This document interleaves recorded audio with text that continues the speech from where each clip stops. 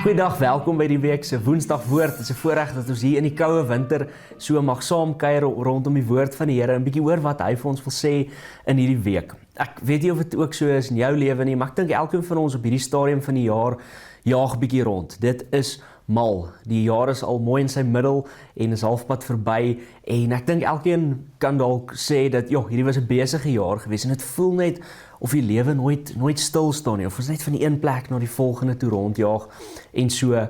Maar nou ook is dit bietjie skoolvakansie tyd en ek hoop ook by jou is dinge bietjie rustiger. So ek wil kortliks net met jou gesels oor rus en hoe belangrik dit vir my en jou is. In vandag se samelewing word daar vir ons gesê jy moet werk.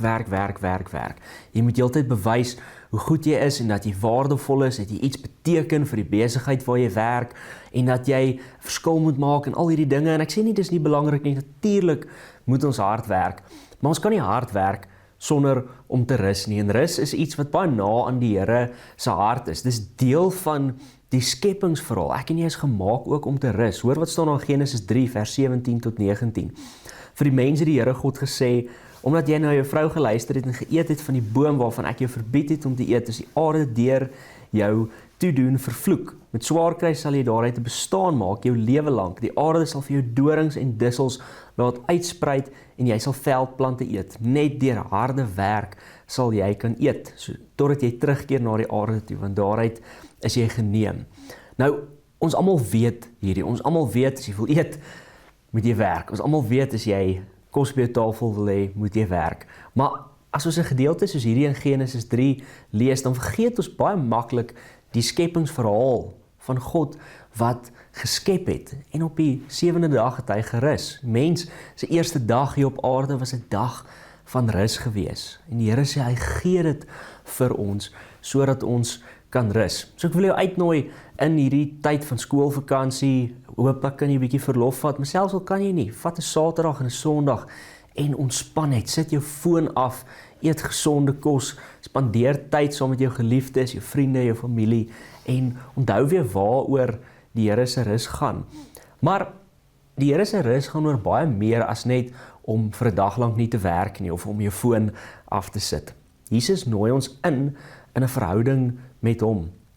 Die bekende verse in Matteus 11 sê Jesus, kom na my toe almal wat uitgeput en oorlaai is en ek sal julle rus gee.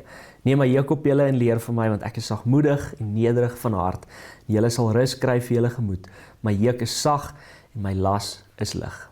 Jesus nooi ons in 'n verhouding met hom en hy sê, ja, jy moet ook fisies rus, maar ware rus wat begin is geestelike rus wat oorspoel na die res van ons lewens toe. Dit begin deur in 'n verhouding met Jesus te leef. En wat dan gebeur wat so mooi is dan ervaar ons rus in die besigste tye. Jy kan rus ervaar in die kantoor of in 'n board meeting wanneer jy in die verkeer sit. Hoekom? Want die Here leef in jou hart en hy sê vir jou, "Wie maar kom werk saam met my.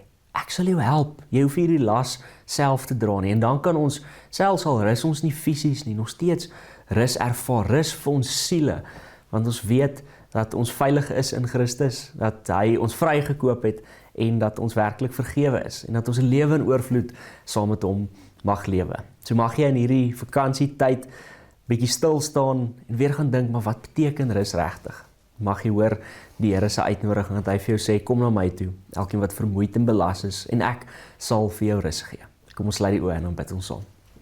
Here Jesus, dankie dat U ons gemaak het om in verhouding met U te leef, Here, en dat ware rus net kan plaasvind in verhouding met U. Here, toe U, nadat U geskep het U ook stil gestaan en U het gerus. Here, so help ons om dieselfde te doen. Here, help ons om saam met U hierdie ritme van die lewe uit te leef. Here, dankie vir die liefde, vir die genade en dat ons saam met U deur die lewe mag gaan. In Jesus se naam. Amen.